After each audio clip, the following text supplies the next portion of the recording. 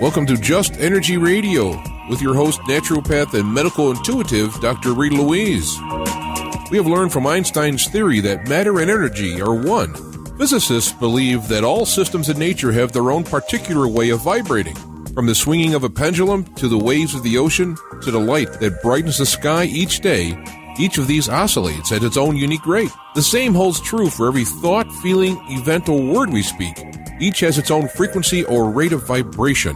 What many of us don't realize is when we take everything in our universe down to its simplest form, it is all just energy. Join Dr. Rita Louise on a journey through time and space where past, present, and future collide. Today, what you believe may be called into question. What we want to know is, who made up the rules? Be brave and step outside the box. We are about to turn our world upside down and venture into the unknown. Hold on. We are departing our own beliefs and entering alternative realms. Enjoy the possibilities.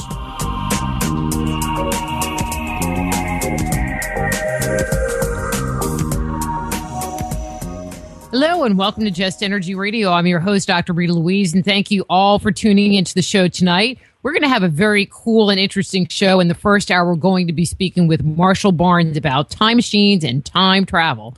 And in the second hour, with Jordan Hoffer about the evolution of the little gray aliens.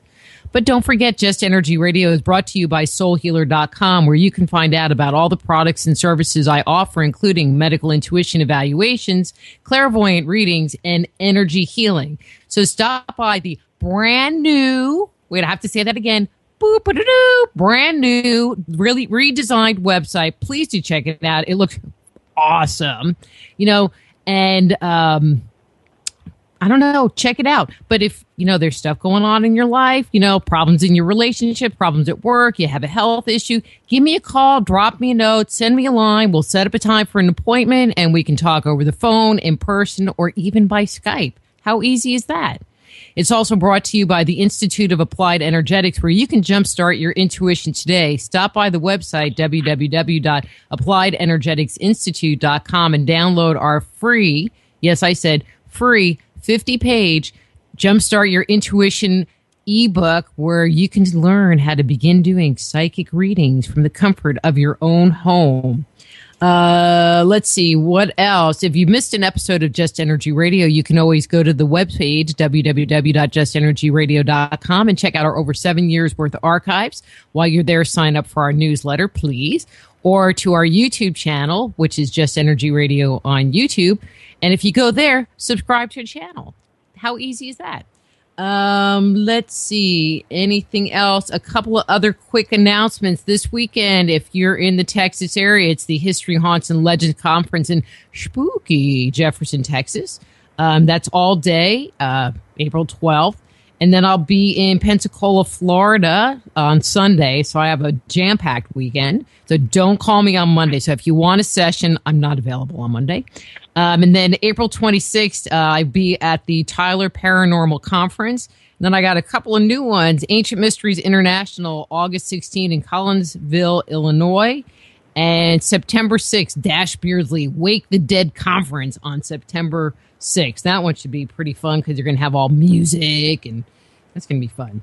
Anyway, let me tell you about Marshall and get him on the air. Marshall Barnes, R&D engineer, is a man with a unique place in the world. With a 30-year background doing advanced concept work in multiple fields, he is now the lone person in the world with both the technology for warp drive and potential time travel. He beat Stephen Hawking in a 2008 bet over the Higgs boson, defeated Dr. Ronald Mallet in a race to build the world's first time machine with his Vanderhug fan, was able to establish the viability of his warp drive technology at the 100-year Starship Symposium last year. So his webpage is about.me/Marshall Barnes. Marshall Barnes. Hey, Marshall, how are you? I'm doing fine. And the machine is called the Vanderhug fan. It's German for torsion. So I know, if you don't know that, if you've never heard it before, it looks like Verja hung or something like that, but I just make stuff up anyway, so it's all good. Exactly. Not a problem. So, I read your bio, and the first thing that it makes me think of is Star Trek, time travel and warp drives and, Scotty beam me up. But, I mean, is that possible? I mean, are we getting close enough where we have warp technology that we can, go as fast as the speed of light or whatever warp technology allows you to do?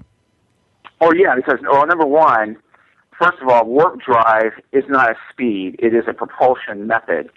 And what it means is that you're moving because you're affecting space-time itself. You have something that's contracting space in front of you to pull you forward, and you're expanding space out the back either artificially or because space is malleable, and after it's no longer affected by the field, it's going to expand out the back on its own anyway. So that technology already exists. I own it. I invented it. It's called TDTS. And we've already proven that it works. We haven't put it in space yet, which is what we're planning on preparing to do now. In fact, I'm talking to a number of scientists in aerospace and rocketry about how we're going to do this. But, this is something that I believe within 2 years we'll definitely be doing a space test. Once we do that, it'll be obvious that it works because we've already tested it here on Earth. It is the power source behind why the Fairchild fan does what it does, which is warp space and time to a degree that a donut shape, toroidal shape, if you want to use a physics term for it, appears in the center, in the center region where the fan's operating. On either side, and whatever you beam into it in terms of radio frequency or an infrared frequency that goes in there doesn't come out the other side. It disappears into the center. And that, when we reach that level, that's when I say, okay, we've beaten Mallet, because Ramallet hasn't built a machine at all anyway. And we were doing something that, for example, in Into the Universe of Stephen Hawking, in the episode about time travel, Hawking has this mad scientist paradox that he does, and in it he had a mad scientist with a similar type of machine. It's generating a wormhole, and you can walk around and you can see into a separate region on either side when you look into the center. And it's essentially what we're doing, except it's on a microscopic level, and it only works with photons right now, but we can scale it up. And the reason we can scale it up is because we're using a power that's about 195 watts, which is about the level of a loud home stereo. And we can easily, though, scale it up to 20,000 watts, which is a power level that you use to drive PA systems at, stadium rock concerts. So somewhere between 195 watts and 20,000 watts, we think we're going to be able to do something really extraordinary that we would classify as a science fiction level event. So if you go up to the 2,500 watts or... Yeah, no, 20,000. 20,000. All right, 20,000 watts. I mean, how big, would a person be able to warp? Are we talking about in some kind of a ship, or are we still talking about very small items being able to utilize this? Okay, now, when I mention that example, I'm talking about in terms of Fairchild fans, so we're talking about opening up wormholes, a traversable wormhole. I believe that I think when we get closer to 20,000 watts, you're going to see something really large scale where, probably we could at least toss a baseball into it or something like that, you know what I mean? But it's difficult to gauge exactly, only because when you deal with experiments like this, you can reach points where instead of a smooth, continuous increase in whatever the effect is that you're producing, you always all of a sudden you get like a quantum leap kind of a thing. All of a sudden it jumps. So that's why we're being very careful with our experiments, and we're doing it gradually. Like the next level we're going to try is going to be probably around 500 watts. Prior to 195, we had dealt with like 50. See, so we're not doing these gigantic, huge leaps. We're not going to run right out right now and buy a 20,000 watt amplifier and start playing with it, because we have no way of anticipating exactly what's going to happen. So this is, as I say in science class, safety first. Okay, so you create a wormhole. So let's say you create a wormhole in your garage and you throw this baseball into it. Where does it end up? I mean, hopefully it doesn't come flying through my bedroom window or something in the middle of the night, No. Well, actually, you would know. that if that something was amiss before we tossed the baseball, and if there was a connection between where our location is and your room, you would see the hole open up in your room. In fact, that was one of the things that Stephen Hawking screwed up on in that mad scientist paradox, because he says the wormhole goes back to the past by a minute, and he had this guy try to kill himself in the past through the wormhole. That you can't be killed from the future, from a double of yourself through a wormhole that connects to the past, and it's either one way or the other. And so what he needed was two wormholes in that episode, and that was why it didn't work. But back to your question, which has to do with how do you select a destination for the traversable wormhole. That is one of the things that we're looking into now, and it's based on a theory by John Archibald Wheeler, who used to be from Princeton, who was like one of the major physics minds in the post-Einsteinian era. And it's going to be very interesting to see whether or not the theory that we're playing around with will work. But there's a good chance. I mean, at least we know what we're doing. At least we know what we're trying to attempt to do when we do this.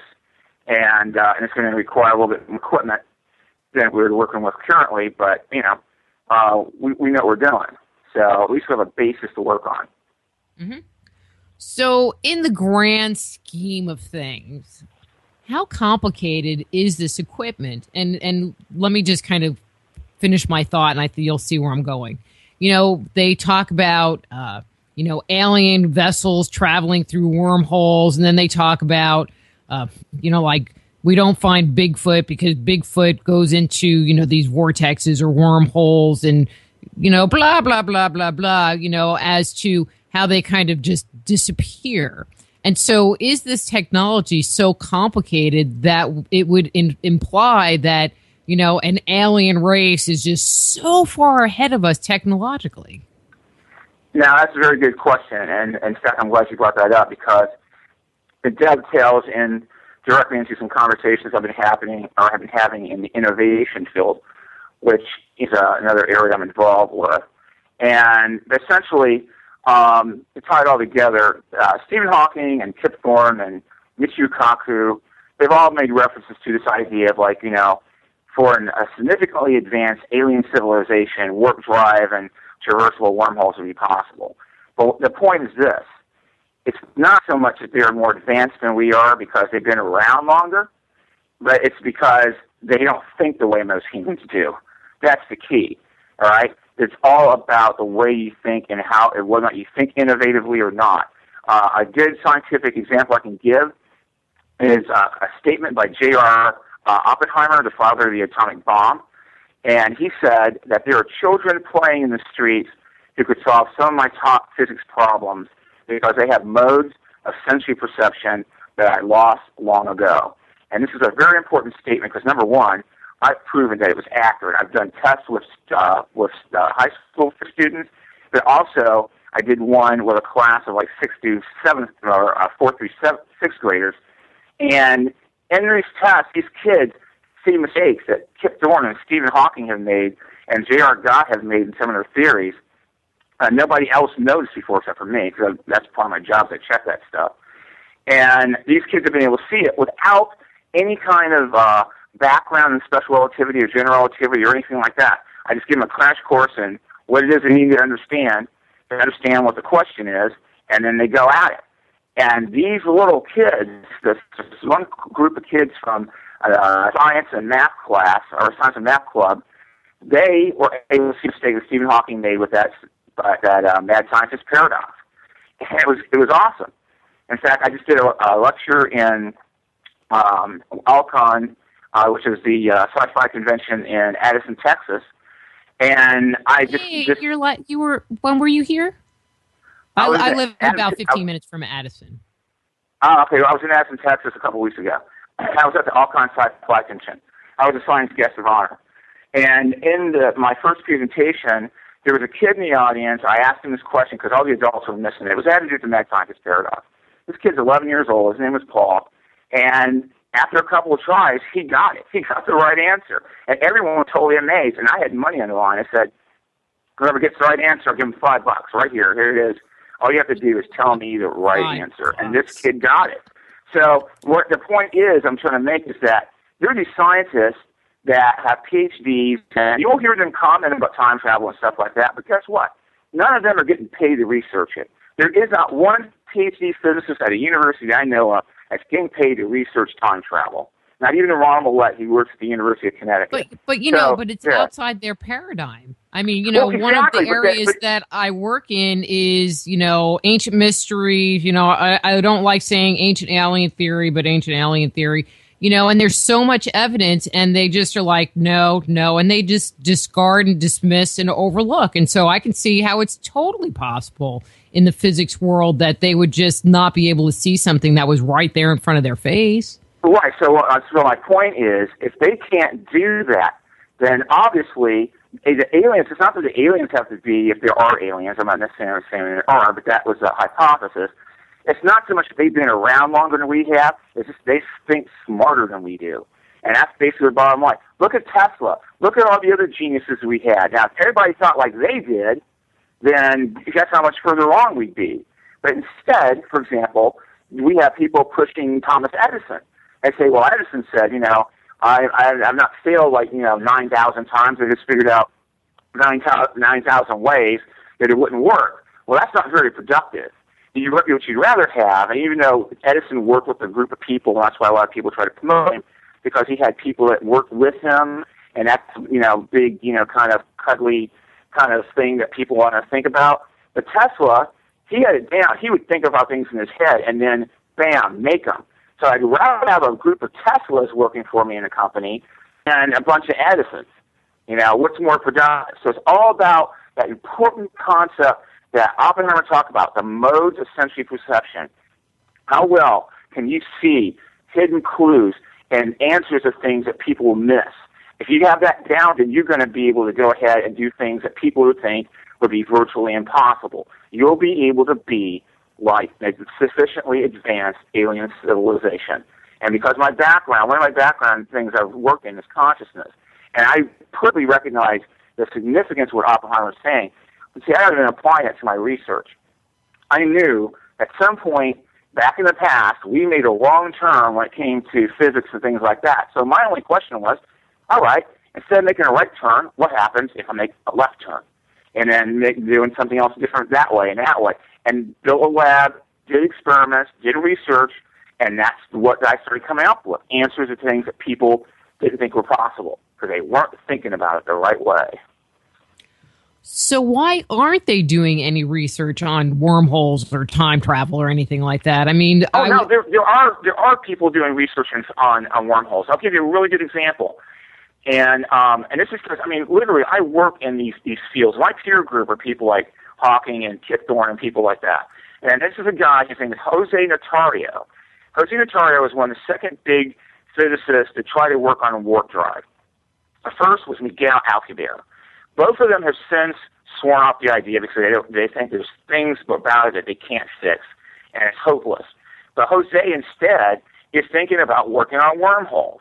Wormholes actually, as a concept, are more accepted in the physics area than warp drive because at least wormholes have a connection to Einstein's general theory of relativity.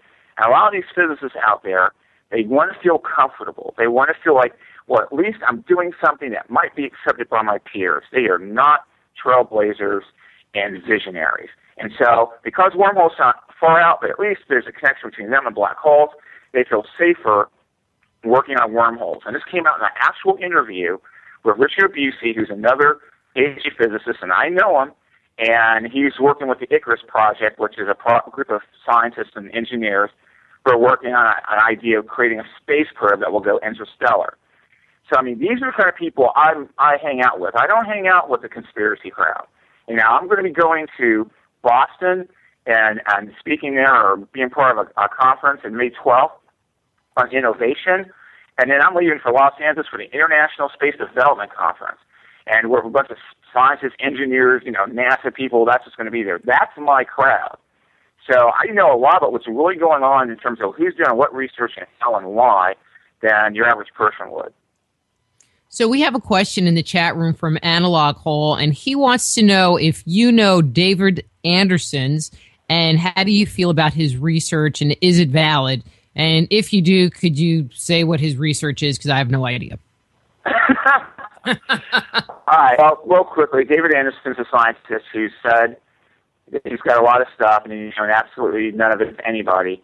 And he's not really a conspiracy theorist or anything like that, but he's just made a lot of claims about stuff and actually shown nothing, And I've actually heard him make some comments about paradoxes and things like that, and that where I can prove are scientifically invalid. So, that's about as far as I'll go with it. He's just not relevant. I've shared my work in front of science classes and at space conferences. David Anderson's never been to any of those things. So, he's just in a completely different field. And it's really weird because I remember hearing about him back in the 90s.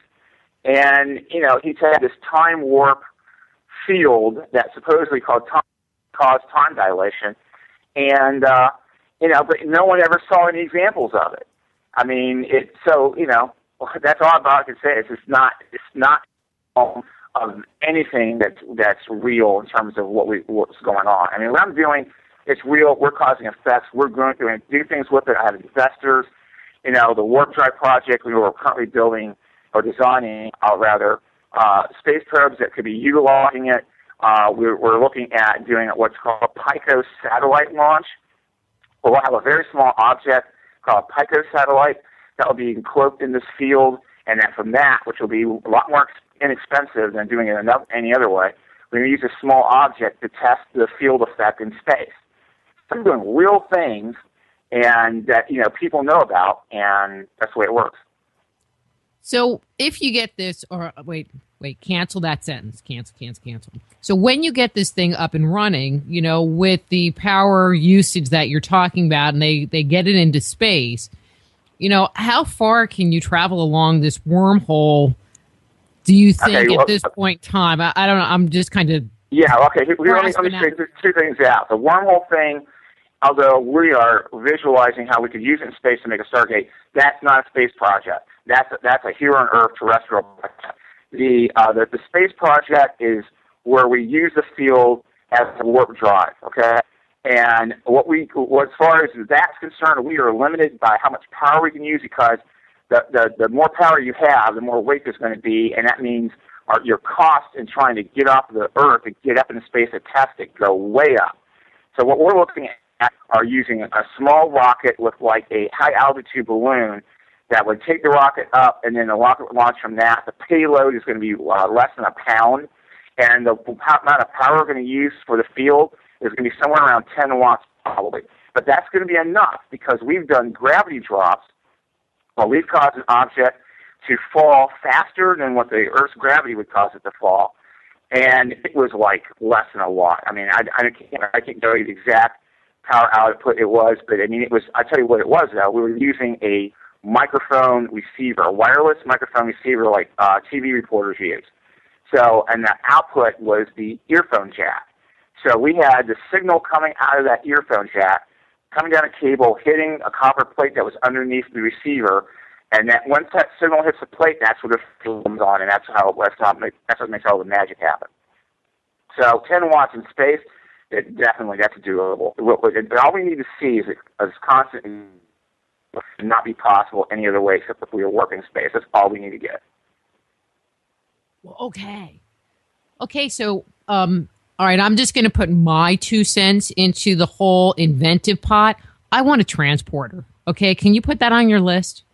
You want a what? A transporter. Beam me up, Scotty. So I could just go in my living room. No, it's not possible. No, it's very simple. No, it's very simple. If you look at all the other episodes, if they're in the spaceship, they go in and get on the special platform, and then they're scrambled, and they're beamed back down to some planet or something, right? But there's nothing down there to reassemble them. If they had to get scrambled by being in some kind of a device, how are they going to get reassembled without something receiving them to put them back together again? That entire scenario you see is completely scientifically impossible. How are they getting? First of all, if you're going to scramble somebody and then you're going to reassemble them, the first thing that has to come together is the skeleton, because everything's hung on the skeleton. Then how are you going to manage to put all the body fluids back into all the things they have to go in? What's going to keep urine from being in your tear ducts and God knows what else, any place else? They never account for that, but yet that's what's happening when they get beamed down to a planet. So that process of teleportation is absolutely impossible. I don't see anybody being able to solve it because they don't address exactly what they'd have to do in terms of processes anyway. So, sorry, but a traversal wormhole... You're killing me. You're killing me. No, but a traversal wormhole is easier. A traversal wormhole, it's like opening up a door and walking through it. And that's so kind of like Stargate? Yeah, exactly. And that's what was being pushed by the 2004 Air Force Teleportation Physics study that was written by Dr. Eric Davis. And if you read all that material in there, what you basically come up with is the best way to try to do teleportation is through a traversable wormhole. You open up the hole to where you want to go, and you walk on through the door. It's also very dangerous because if it gets in the hands of the wrong people, then there goes national security right out the window. You could open up a wormhole anywhere. I'm not going to give any ideas. But, and then put anything, again, I'm not giving any ideas, and it could be really dangerous. So, but that would be the way to do, quote-unquote, teleportation. Hang on one second. I'm responding to somebody in the chat room. Sure. Time machines. They're getting ahead of me. We haven't finished talking about wormholes. And let me look at the clock. Okay, let's shift gears because, one of the things that we're going to be talking about is the possibility of time travel, which they're asking questions about. I'm like, wait. We haven't got there yet. Okay, so, kind of like wormholes or teleportation or whatever, another thing of a great sci-fi show. But in reality, in your mind, what would be the benefit of time travel?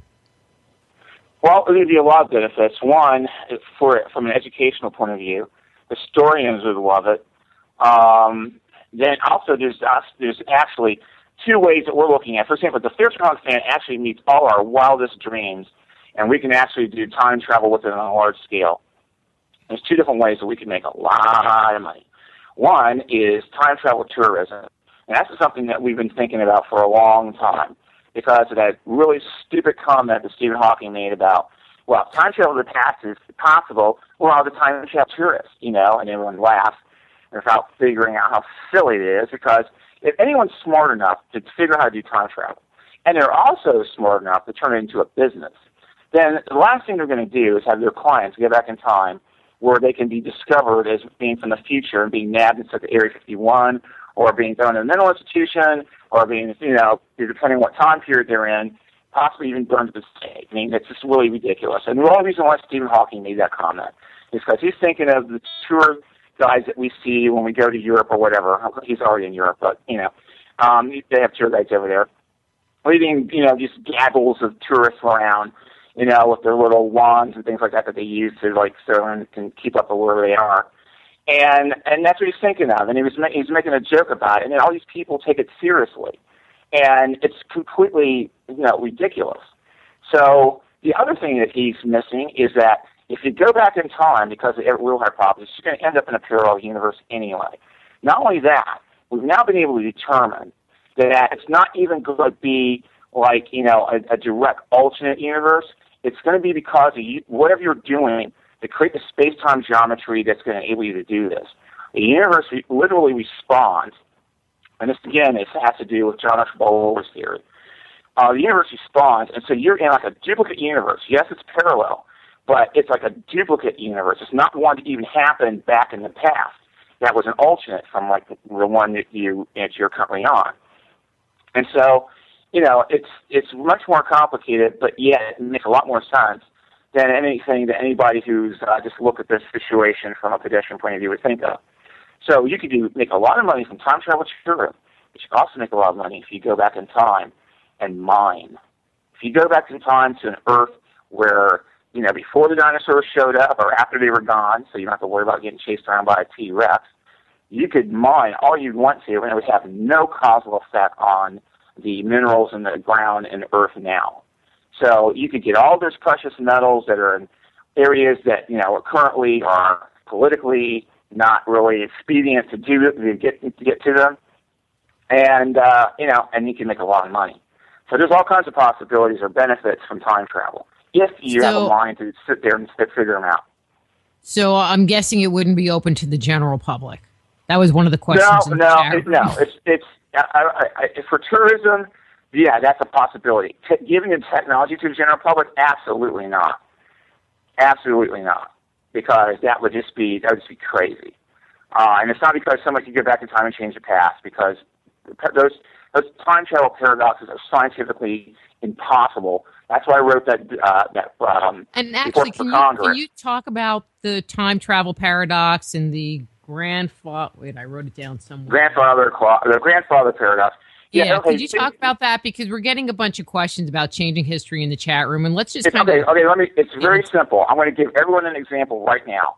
Okay, in a moment, I'm going to do this experiment with the audience. Right now, what I want them to do is get a pencil or paper, and a pencil or pen rather, and then get a piece of paper and get their cell phone camera ready. Okay, and then I'll come back, and we're all going to do an experiment. I'm going to prove to them emphatically why paradoxes are absolutely rubbish.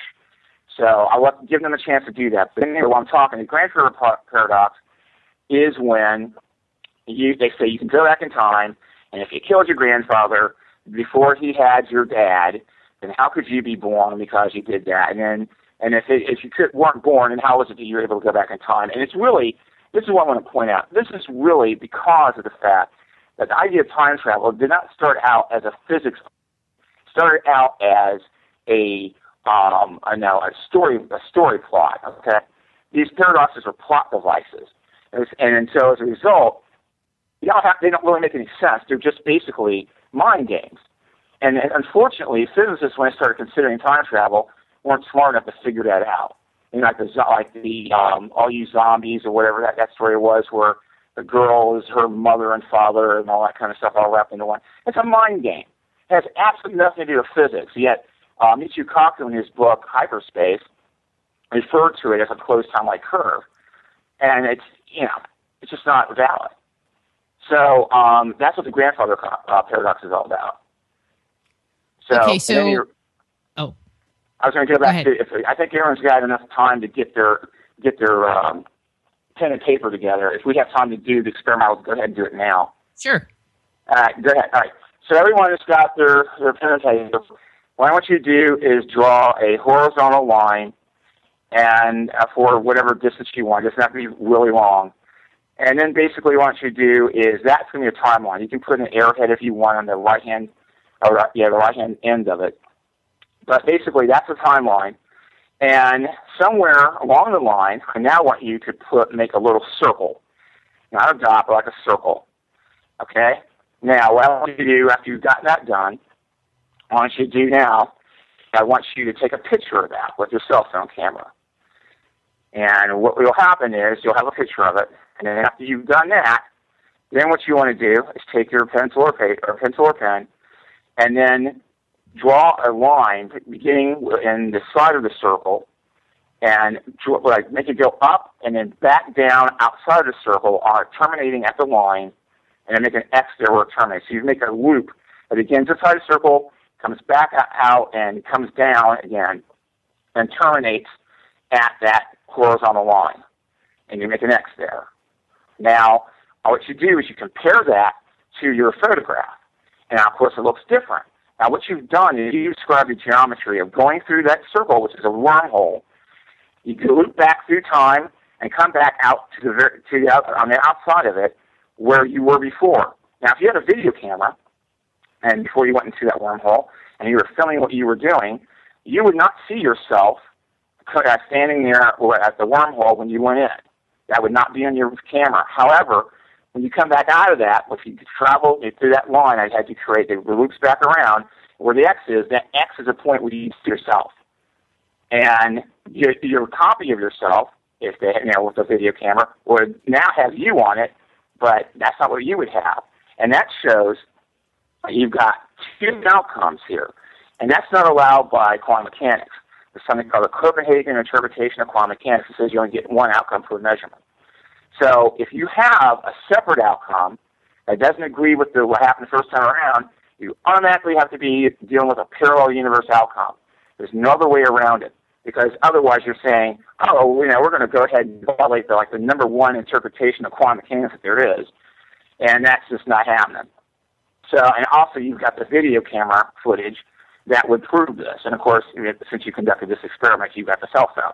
You can see that, well, originally that wasn't there, and now I've got a different result. So bingo, there you go.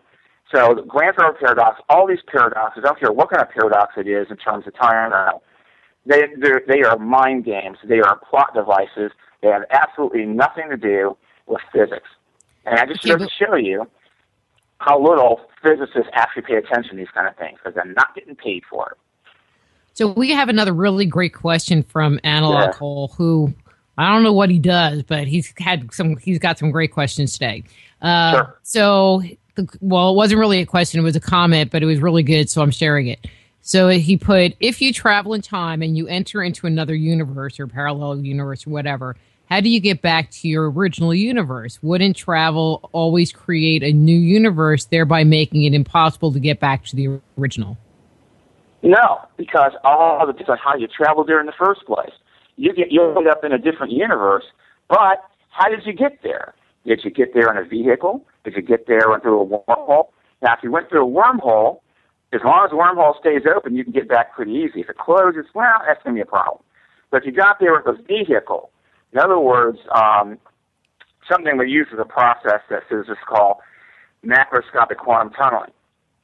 Quantum tunneling is what normally happens on a particle level, where you got a particle that it encounters a barrier and then it disappears and it appears on the other side of the barrier. That's what you call tunneling. So it's possible to tunnel from one universe to another universe. So if you have a vehicle with that kind of capability, as long as you had the technology to set your destination so you got where you want to go, then it doesn't matter. It all has to do with the travel. See, this is a good example of what I'm talking about. You have to think this thing through. And physicists aren't doing it because they're not getting paid to do it. No one's putting a gun to Kip Thorne's head and saying, you got to fix this problem you've got with this wormhole. That's his idea for using wormholes for time travel work. And he doesn't even know it, but I've been able to show that.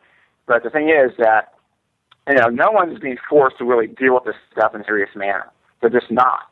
And so as a result, they make all kinds of sloppy errors, and they make all kinds of hidden assumptions, and you have as much of a mess in the physics community when it comes to the subject of time travel as you do out in the general public. Okay, so I have a question. So you're proposing the parallel universe, parallel timeline theory as being the correct solution, but is there evidence to support that theory? Yeah, absolutely. Number one, first of all, there's no other way that you can cogently create a time travel scenario without it. It is impossible. I don't care who says otherwise. I can prove that they're wrong every single time. See, when I got involved with this research, I didn't get involved to study what everybody else was already saying about it. I got involved because I wanted to get the answers. That's what I wanted. So I didn't care, what, somebody said about, well, this is what happens here, and this other theory says this and all that, and then left it alone. I want to know, okay, so which one's right? Which one can we figure out that makes sense? And mathematically, the parallel universe theory, what's called either the many worlds interpretation of quantum mechanics or the Everett-Wheeler hypothesis, either way, that's the theory that makes sense. All other time travel theories that people have, I can prove are wrong. And I've done it. I had to do it because I had to write that document for Congress and to make sure it was correct. So that's what you're left with. In fact, I came up with a formula that describes it. It's called the McEPS. It stands for Marshall's Copenhagen Everett Barnes paradox solution. Did you say the McEF? Huh? Did you say the McEF? No, McEPS. It's MCEBPS. Okay. Well, no, it just made me laugh because I just got this little vision of golden arches in my head. Sorry. Yeah, exactly. But the thing is that what you do is you take whatever scenario you've got and you apply the Copenhagen interpretation to it, which means that if there's a paradox, you got a problem because a paradox implies more than one outcome per measurement. Then that means you automatically are dumped in with the Everett-Wheeler hypothesis, which is what the E's for, which means you've got to be dealing with a parallel universe. And then you would buy the Barnes part of it, which is where you use a recorded record of what happened to verify the fact that you got a separate outcome. Like, for example, with the Titanic, we already know it sank. We know who survived. We know who died. We know where the ship is. We've seen the movie, you know, the whole 9 yards. Now, if you go back in time to save the Titanic, you know, first of all, the thing about the paradox part, the funny thing that most people miss is that the mere act of going back in time is paradox because you weren't there in the first place. So just as showing up is a paradox, which means automatically you're in a parallel universe. That's the solution. But, you know, if you go, we already know that the Titanic sank. So you go back in time, but there's nothing really preventing you from doing that. And then you save the Titanic, it's obvious you're in a parallel universe. But the other thing about this whole thing is this. In the past, because the way the parallel universe theory starts out, what happens is that the Titanic, there were many universes where the Titanic never sank anyway. So there's not like this great need that, oh, we've got to go back and save those lives because those people died, which is really horrible. But in other parallel universes, they never died anyways. The iceberg wasn't there, or the guy listened to the warnings and didn't, you know, allow the ship to run into it in the first place. I mean, there's all kinds of alternates that already happened. There are places where World War II never happened, let alone that the Germans, or where Hitler was stopped, like he got killed in World War I or something. Just as well as there are universes where the Nazis won World War II.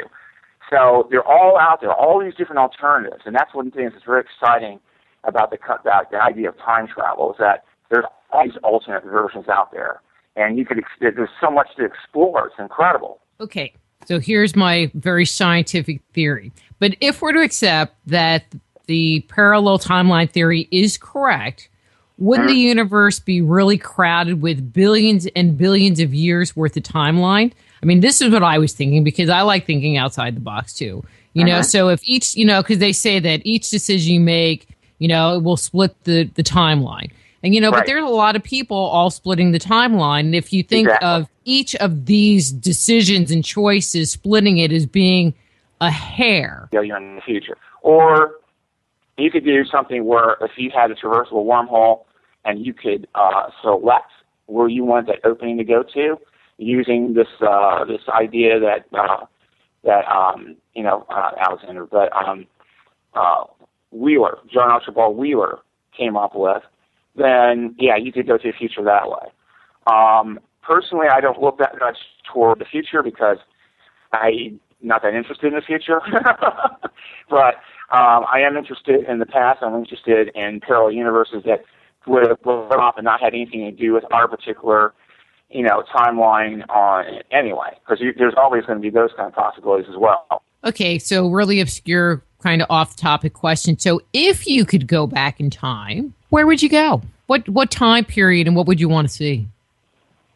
I've said this before at a innovation meeting, and it got videotapes. It's on the internet, so I'm going to stick to that same answer. I would go back to New York in 1988, and the reason was because I was there before, and it was great, and I would just love to go back. So that's where I would go. And the thing about it is, this is something that I and some of my associates have talked about. A lot of people say, oh, I want to go back to ancient Greece, or I want to go back to ancient Egypt, or I want to see Rome, and they don't think about what that means. Number one, you know, the diseases that probably exist back there, they don't have immunization for. Plus, they're not going to talk the language. And so then you're going to be in trouble because no one's going to understand what you're talking about. And human life was worth less back then than it is now. I mean, if you go back to ancient Rome, you don't have any rights, you know. The Turkian can just come along and take you and put you in a dungeon. Next thing you know, you'll be crucified over something. They'll think you're whatever, you know. So most people don't think in terms of practicality, the actual, what would it take to do that? Now, it might be possible to go back there and watch things from a distance. For example, we took around going back and sitting on the hill and watching, you know, the Battle of Hastings back in 1066, you know, in England. How fun that would be. But you know, you've got to think these things through. And so it's not just an arbitrary deal. I can go back to New York in 1988 because I know where all the cool clubs are, and I don't have to worry about, you know, something crazy happening. And, you know, it's no big deal. But when you start dealing with going back to, and particularly time periods before there was any kind of technology, where something goes wrong, and then what are you going to do? And if I go back to 1988, and say I'm using the Fairchild fan device, and then something goes wrong, there's a power outage on this side of the thing, and so this power goes out, and the connection's broken. Hey, because I know how to build a Fairchild fan, I can build one back in 1988 and come back. But if I'm in ancient Greece, you have to think all this kind of stuff through. Well, that's all right. I'm just going back for the transporter, okay? I'll just go for the transporter. It's like, I mean, because there's definitely some time periods that I would like to go check out. Actually, if I, this is one of my answers that I give often. They say, well, if you could hang out with one person in the, at any point in time, who would it be? And my comment is always, I'd like to hang out with Moses and find out what really happened on top of the mountain. Sure. Because I think that would be pretty cool. Because, well, I have my thoughts about what happened, but anyway. Yeah. So of course he would say, "What are you doing here, woman?" And you wouldn't. And he was speaking in Hebrew, and you wouldn't know what he was saying. And well, I would just sneak up the back side and look over the top, and with my cell phone and take pictures of the burning bush. Come on. You can. But that was the burning bush on Mount Sinai. I was thinking more when he was up there and God gave him the 10 Commandments. That was Mount Sinai. It was all Mount Sinai. Burning bush, 10 Commandments, the whole thing. Right. It sounds like, you spend a lot of time in the scientific community with very mixed results, and so as you have been putting your work forward, how well has it been received by people in the scientific community? It's been received well because I know what I'm doing. And when, for example, Eric Davis, when I was at the 100-Year Starship Symposium, Eric Davis, he when I first met him, he goes, "Well, I saw your paper, and I disagree with it. I'm going to let you give it anyway." And I'm going, "What do you mean you're going to let me give it?" I said, all the other alternatives for warp drive are based on general relativity.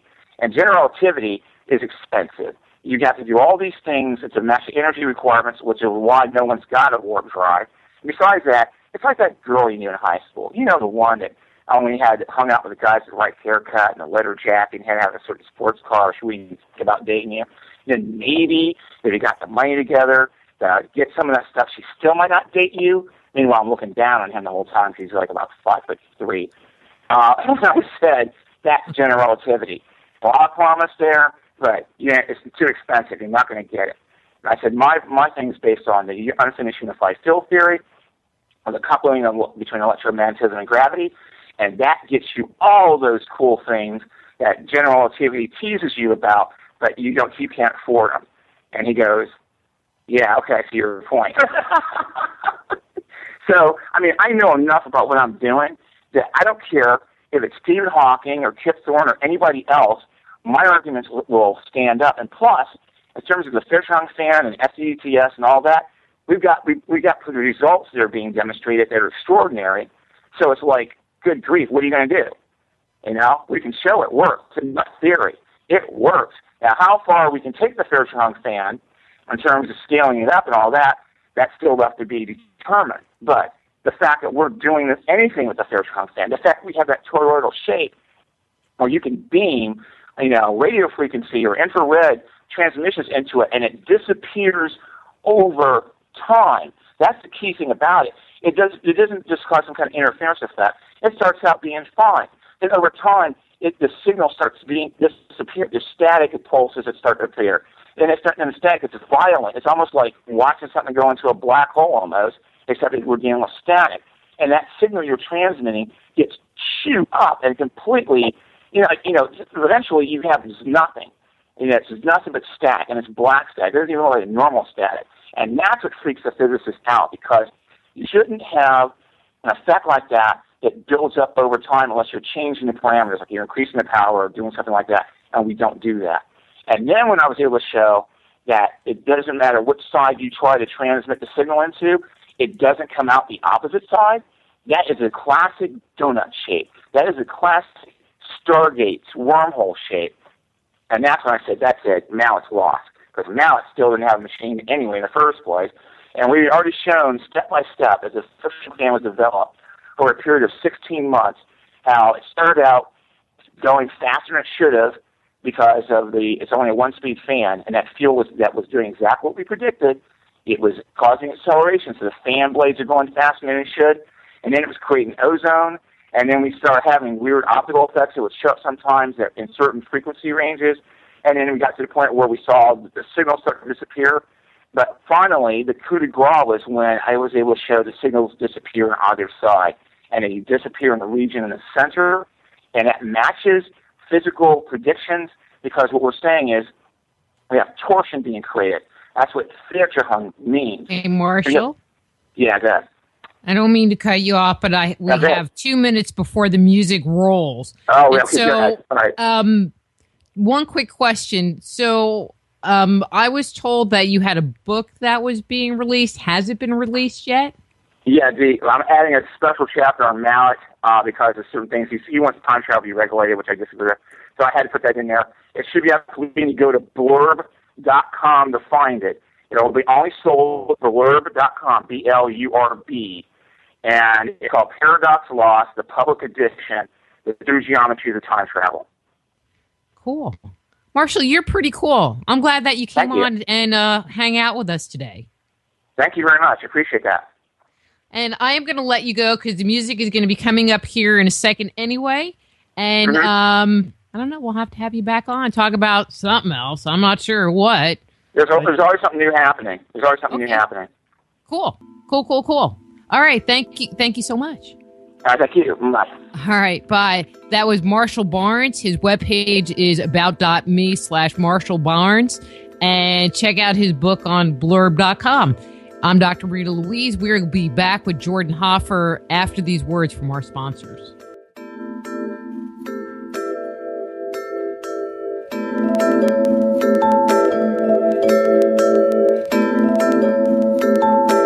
Just Energy Radio with your host, Dr. Rita Louise, will return right after these messages.